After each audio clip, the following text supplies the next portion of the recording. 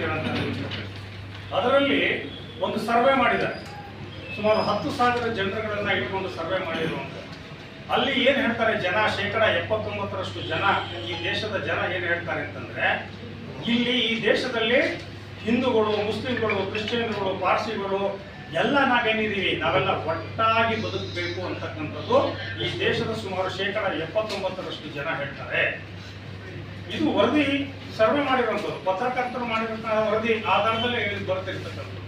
ಅಂದ್ರೆ ಏನು ಹೇಳ್ತಾರೆ, ಈ ದೇಶದ ಜನ ಈಗಲೂ ಸಹ ಕೋಮುವಾದವನ್ನು ಹುಟ್ಟುಹಾಕಿ, ಮತೀಯ ಗಲಭೆಗಳನ್ನು ಹುಟ್ಟುಹಾಕಿ, ಗ್ರಾಮೀಣ ಪ್ರದೇಶದಲ್ಲಿ ಇರ್ತಕ್ಕಂಥ ಯುವಕರನ್ನ ಇವರ ರಾಜಕೀಯದ ದಾಳ ಮಾಡಿಕೊಂಡು ಇವತ್ತು ಅವರನ್ನ ಬಳಸ್ಕೊಂಡು ಇವತ್ತೇನು ಕೋಮು ಗಲಭೆಗಳನ್ನು ಉಂಟಾಗ್ತಾ ಇದ್ದಾರಲ್ಲ, ಆ ಗಲಭೆಗಳನ್ನ ಈ ದೇಶದ 79%, 100ರಲ್ಲಿ 79% ಜನ ನಾನು ಒಪ್ಪಲ್ಲ ಅಂತಕ್ಕಂಥದ್ದು ಏನು ಹೇಳ್ತಾ ಇದ್ದಾರೆ. ಇವತ್ತು ಸರ್ಕಾರ ಸಂವಿಧಾನ ವಿರೋಧಿಯಾಗಿ ಇವತ್ತು ದೇಶವನ್ನು ಧರ್ಮದ ಆಧಾರದಲ್ಲಿ ಉಳಿಬೇಕು ಅಂತ ಏನು ಪ್ರಯತ್ನ ಮಾಡ್ತಾ ಇದೆ, ಅದಕ್ಕೆ ವಿರೋಧವಾಗಿದೆ ಅಂತಕ್ಕಂಥದ್ದನ್ನ ಒಂದು ತೋರಿಸಬೇಕು.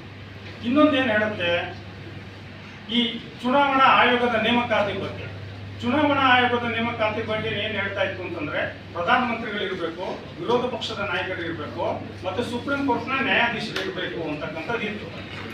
ಈಗ ಏನು ಮಾಡ್ಕೊಂಡಿದ್ದಾರೆ, ಸುಪ್ರೀಂ ಕೋರ್ಟ್ನ ನ್ಯಾಯಾಧೀಶರನ್ನ ಬೇಡ ಅಂತ ಹೇಳಿ ಕ್ಯಾಬಿನೆಟ್ ಸಚಿವರೊಬ್ಬರನ್ನ ಮಾಡ್ಕೊಂಡಿದ್ದಾರೆ. ಅದರ ಅರ್ಥ ಏನು, ಮೊದಲ ಮೆಜಾರಿಟಿ ತೀರ್ಮಾನ ಆಗಿದೆ, ಚುನಾವಣಾ ಕಮಿಷನರ್ನ ಯಾರನ್ನ ಆಯ್ಕೆ ಮಾಡಬೇಕು, ಪ್ರಧಾನಮಂತ್ರಿಗಳು, ಅವರ ಕ್ಯಾಬಿನೆಟ್ ಸಚಿವರು, ಮತ್ತೆ ವಿರೋಧ ಪಕ್ಷಗಳ ನಾಯಕರು. ಹಾಗಾಗಿ ಈ ಚುನಾವಣಾ ಆಯೋಗದ ಬಗ್ಗೆ ನಿಮ್ಮ ಅಭಿಪ್ರಾಯ ಏನು ಅಂತ ಹೇಳಿದ್ರೆ, ಜನ ಏನು ಹೇಳ್ತಾ ಇದ್ದಾರೆ ಅಂತಂದ್ರೆ, 40% ರಿಂದ 45% ಜನ ನಮಗೆ ಈ ಚುನಾವಣಾ ಆಯೋಗದಲ್ಲಿ ಮತ್ತು ಚುನಾವಣೆ ನಡೆಸುವುದರ ಬಗ್ಗೆ ವಿಶ್ವಾಸ ಇಲ್ಲ ಅಂತಕ್ಕಂಥ ಮಾತುಗಳನ್ನು ಸಹ ಇವತ್ತು ಹೇಳ್ತಾ ಇರೋದನ್ನು ನಾವು ನೋಡ್ತೇವೆ. ಆಗ ಅದರ ಜೊತೆಗೇನೆ ಸರ್ಕಾರ ಇವತ್ತು ರೈತರ ಸಮಸ್ಯೆಗಳಾಗಿರ್ಬೋದು, ದುಡಿತಕ್ಕಂಥ ಜನರ ಸಮಸ್ಯೆಗಳಾಗಿರ್ಬೋದು, ಇವು ಎಲ್ಲವನ್ನು ಸಹ ಇವತ್ತು ಕಡೆಗಣಿಸಿದೆ ಅಂತಕ್ಕಂಥದ್ದು ನಮ್ಮ ಅಭಿಪ್ರಾಯ. ಅದಲ್ಲದೆ ಒಟ್ಟಾರೆ ನಾವು ಗಮನಿಸಿದಾಗ ಸ್ವಯಂ ಉದ್ಯೋಗಿಗಳು ಒಳಗೊಂಡಂತೆ ಈ ದೇಶದಲ್ಲಿ ಸರಾಸರಿ ಆದಾಯ ಇವತ್ತು 10,000 ರೂಪಾಯಿ ಇದೆ. ಈ 10,000 ರೂಪಾಯಿನಲ್ಲಿ ಇವತ್ತು ಬದುಕಕ್ಕೆ ಸಾಧ್ಯತೆ ಇದೆಯಾ, ಮನೆ ಬಾಡಿಗೆ ಏನು, ಮಕ್ಕಳ ಶಿಕ್ಷಣದ ವೆಚ್ಚ ಏನು ಅಂತಕ್ಕಂಥದ್ದು ಇದನ್ನು ನಾವು ಗಮನಿಸ್ತಾ ಇದ್ದೀವಿ. ಹಾಗಾಗಿ CITU ಇವತ್ತು ಸ್ಪಷ್ಟವಾಗಿ ಏನು ಹೇಳ್ತಾ ಇದೆ ಅಂತ ಹೇಳಿದ್ರೆ, ಕಳೆದ 10 ವರ್ಷಗಳಲ್ಲಿ ಈ ದೇಶವನ್ನ ಮಾರಾಟ ಮಾಡಕ್ಕೆ ಮೋದಿ ನೇತೃತ್ವದ NDA ಸರ್ಕಾರ ಇವತ್ತು ಕೆಲಸ ಮಾಡಿದೆ. ಕೂಲಿಗಳನ್ನು ಸಹ ಕೊಟ್ಟಿಲ್ಲ, ನರೇಗಾದಲ್ಲಿ ಕೂಲಿಯನ್ನ ಕೆಲಸ ಮಾಡ್ತಕ್ಕಂಥ ದಿನವನ್ನ ಕಡಿಮೆ ಮಾಡಿದೆ. ಅದೇ ರೀತಿ ಯೋಜನೆಯಲ್ಲಿ ಕೆಲಸ ಮಾಡ್ತಕ್ಕಂಥ ಹಾಗೆ ನೀಡಬೇಕಾದಂಥ ಹಣದ ಪ್ರಮಾಣವನ್ನ ಕಡಿಮೆ ಮಾಡಿದೆ.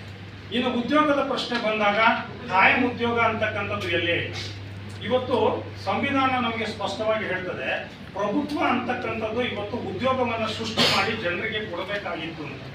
ಆದರೆ ಇವತ್ತು ಖಾಸಗಿ ವಲಯದಲ್ಲಿ ಬಿಟ್ಬಿಡೋಣ, ಕೇಂದ್ರ ಸರ್ಕಾರದ ವಲಯದಲ್ಲಿಯೇ ಸುಮಾರು 60% ಇವತ್ತು ಗುತ್ತಿಗೆ ಮತ್ತು ಹೊರಗುತ್ತಿಗೆ ಆಧಾರದಲ್ಲಿ ಇವತ್ತು ಕೆಲಸ ಮಾಡ್ತಾರೆ. ಇವರಿಗೆ ಯಾವುದೇ ಭದ್ರತೆಗಳು ಸಹ ಇವತ್ತಿಲ್ಲ. ESI ಸೌಲಭ್ಯ ಇಲ್ಲ, ಪ್ರಾವಿಡೆಂಟ್ ಫಂಡ್ ಸೌಲಭ್ಯ ಇಲ್ಲ. ಇಲ್ಲಿ ನಾನು ಜೊತೆಗೆ ಕೂತಿದಾರಲ್ಲ, ಇಲ್ಲಿ ಅಂಗನವಾಡಿ ನೌಕರಿದ್ದಾರೆ, ಡಿಸ್ಟ್ರಿಬ್ಯೂಟರ್ ನೌಕರಿದ್ದಾರೆ. 60 ವರ್ಷ ಆದ್ಮೇಲೆ ಯಾರು ನೋಡ್ಕೋಬೇಕು ಇವ್ರನ್ನ, ಇವ್ರಿಗೇನಾದ್ರು ಸಹಾಯದ ಭದ್ರತೆ ಇದೆಯಾ? ಈ ಭದ್ರತೆಗಳನ್ನ ಇವತ್ತು ಸಾಮಾನ್ಯ ಜನ, ಕೇವಲ ನೌಕರರೇ ಅಲ್ಲ, ಇವತ್ತು ಸ್ವಯಂ ಉದ್ಯೋಗಿಗಳು ಒಳಗೊಂಡಂತೆನೆ ಎಲ್ಲರೂ ಸಹ ಇವತ್ತು ದೊಡ್ಡ ರೀತಿಯ ಅಭದ್ರತೆಯನ್ನ ಮಾಡ್ತಾ ಇದ್ದಾರೆ. ಹಾಗಾಗಿ ನಮ್ಮದೊಂದು ಬೇಡಿಕೆ ಸಹ ನಾವು ಇಟ್ಟಿದ್ದೀವಿ ಇದರಲ್ಲಿ, ಇಲ್ಲಿ ಇಡೀ ದೇಶದಲ್ಲಿ ಇರತಕ್ಕಂಥ ಜನರಿಗೆ ಸಾಮಾಜಿಕ ಭದ್ರತೆ ರೂಪಕವಾಗಿ ಎಲ್ಲರಿಗೂ ಒಂದು ಪೆನ್ಷನ್ ಯೋಜನೆಯನ್ನ ಕೊಡಬೇಕು, ಎಲ್ರಿಗೂ ಕನಿಷ್ಠ 4,000 ರೂಪಾಯಿ ಅಷ್ಟಾದ್ರೂ ಪೆನ್ಷನ್ ಸಿಗಲೇಬೇಕು ಅಂತಕ್ಕಂಥ ಬೇಡಿಕೆಯನ್ನ ನಾವು ಇವತ್ತು ಇಟ್ಕೊಂಡು CITU ಇವತ್ತು ಇಟ್ಕೊಂಡು ಮಾಡ್ತಾ ಇದೆ.